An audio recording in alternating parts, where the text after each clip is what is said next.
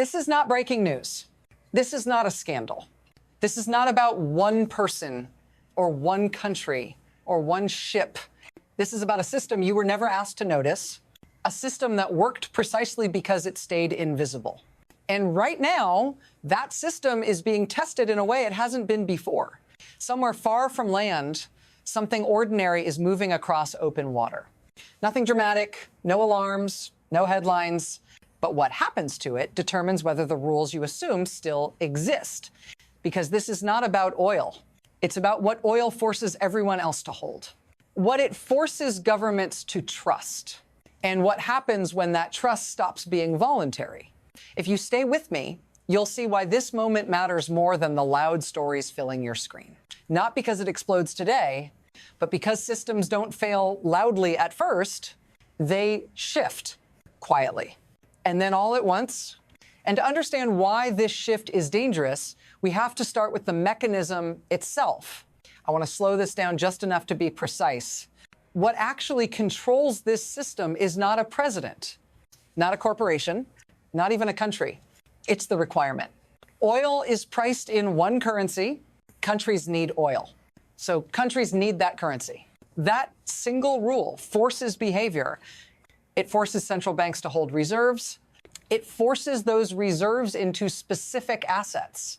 And it quietly finances one government's debt at a cost no one else gets. This is not policy. It's plumbing. Oil demand creates currency demand. Currency demand creates bond demand. Bond demand funds spending. Spending maintains the reach that keeps oil priced the same way. The elegance is in the loop. As long as energy flows through it, the loop reinforces itself. That's why deficits didn't behave like deficits. That's why borrowing stayed cheap. That's why pressure could be applied without immediate backlash. But every loop has dependencies. And when dependencies weaken, systems don't fade. They change state. To see that change, you have to look at what quietly stopped being questioned. There was a time when this system didn't need to be defended, not because it was fair, but because it was easier than the alternatives. Before, oil moved one way. Money moved back. And no one asked too many questions about the currency in between. Before, producers priced in dollars because everyone else already did. Before, buyers held dollars because there was no realistic substitute. Before, the cost of stepping outside the system was higher than the cost of staying in. That was the equilibrium. Now, compare that to now. Now, transactions reroute quietly. Now, reserves diversify instead of concentrate. Now, payment systems exist that don't pass through the same choke points. Nothing dramatic happened. No announcement, no vote. The most dangerous change is the one that feels incremental, because each step looks rational on its own. Each hedge looks temporary. Each workaround looks manageable. Until the accumulation changes, the system you thought was fixed. And the place where that accumulation became impossible to ignore was not a summit or a speech. It was a country with enormous reserves and almost no leverage. That's where the first real stress fracture appeared. Then the system did what stress systems always do. It produced a shock, not a collapse, not a war. A symptom. A country sitting on the largest proven oil reserves on the planet was barely producing any oil at all. Not because the oil wasn't there, because the system around it had broken. Production that once exceeded 3 million barrels a day fell below 1. Infrastructure decayed. Capital vanished. Expertise fled. On paper, this shouldn't have mattered. Low output means low influence. That's the assumption. But the shock wasn't about volume. It was about what that oil was preparing to prove. Because behind the collapse was a quiet move, not to sell more oil, but to sell it differently, to price it outside the currency the system requires, to settle transactions without touching the pipes that enforce compliance. That's when the issue stopped being economic. Because once a precedent exists, it doesn't stay contained. And the response to that possibility revealed something far more important than the oil itself. It revealed how the system defends itself when incentives stop working. And that's where things begin to accelerate. This is the part that's usually described as complexity, but it isn't. It's design. When incentives stop working, systems rely on enforcement. And enforcement always looks technical at first. Sanctions, licenses, restrictions on insurance, rules about shipping, rules about financing. The logic is simple. If access is denied often enough, compliance follows. But denial teaches something else too. It teaches workarounds. Oil didn't stop moving. It changed routes. Payments didn't disappear. They changed channels. Ships began operating without identifiers. Ownership became opaque. Flags changed. Registries blurred. And beneath that, something more important was happening. Parallel infrastructure was being tested. Payment systems that didn't clear through familiar networks. Trade settled without touching the currency that made enforcement possible. Each workaround absorbed a little more pressure. Each success reduced the cost of the next one. That's the hidden mechanism. Not rebellion, adaptation.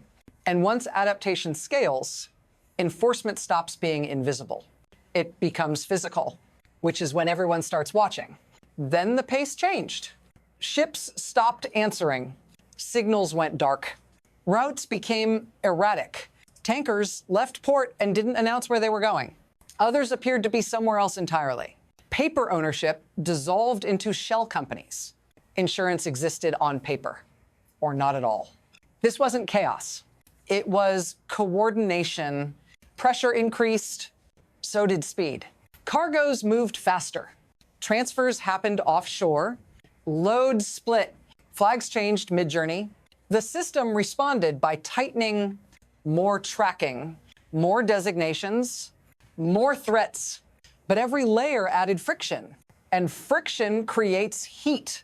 Then the line was crossed. Ships weren't just tracked. They were stopped, boarded, seized. This wasn't a memo anymore. It wasn't financial. It was kinetic. And once enforcement takes physical form, it stops being a private signal. It becomes a public one because everyone understands what comes next if force becomes routine.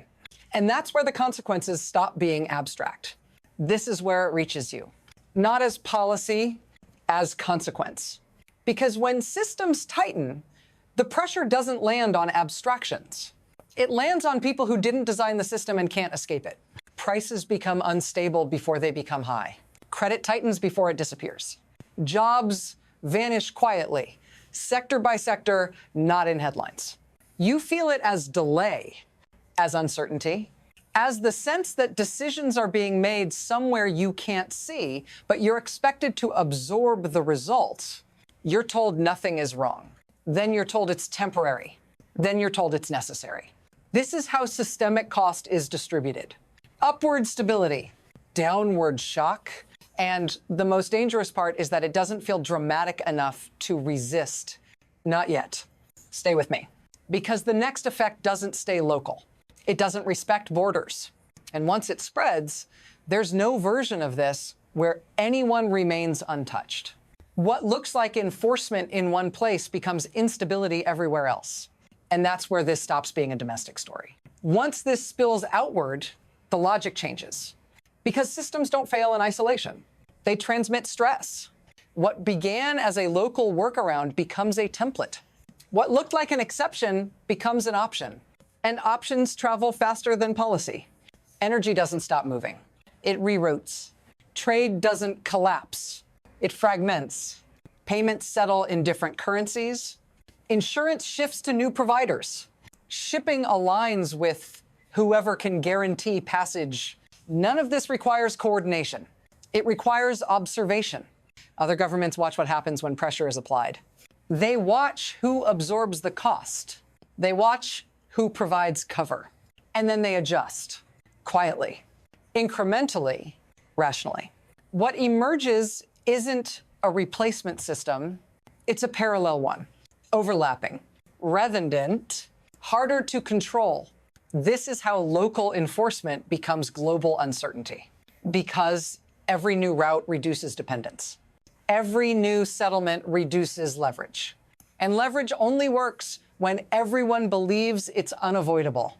The moment that belief weakens, the system enters unfamiliar territory, not collapse. Transition. And transitions don't announce where they end. This is where the future stops being singular. From here, there are three paths. None of them clean, none of them stable. The first is adjustment. The system bends without breaking. Oil continues to move. Currencies diversify. Power diffuses slowly enough to manage. This path requires restraint and time. The second is erosion. No dramatic moment, just weakening signals, higher costs, less trust, more hedging. Enforcement still works, but only sometimes. And every time it fails, the damage compounds. Then there is rupture. That's when enforcement meets resistance, when interdiction meets escort, when economic pressure becomes physical confrontation, not by design, by momentum. No one chooses this path directly. It emerges from miscalculation, from assuming the system still behaves the way it used to. What makes this moment dangerous isn't that one outcome is inevitable. It's that all three are now plausible, and the decision points aren't formal. They're operational, made in real time by people responding to stress, which is why the final question isn't about oil or currency. It's about whether a system built on consent can survive once it relies on force. This is not the end of the story. And that's the point. Systems like this don't collapse on camera. They erode between frames. The currency still works. The market's still open. The ships still move. Until they don't. What you're watching now is not failure. It's exposure. The moment when something that relied on invisibility becomes visible and therefore fragile. The question ahead isn't whether this system survives. It's what it becomes in order to survive. Because once enforcement replaces consent, maintenance never ends. Pressure has to be reapplied. Routes have to be watched. Compliance has to be compelled. And that cost doesn't disappear. It accumulates. If you want to understand what comes next, don't watch the speeches. Watch the plumbing. Watch the settlement systems. Watch who is building alternatives quietly, because the next shift won't arrive as a headline. It will arrive as a workaround that works. If you're still here, keep going with me. The next piece goes deeper into how these systems break not suddenly, but permanently. And once you see it, you won't be able to unsee it.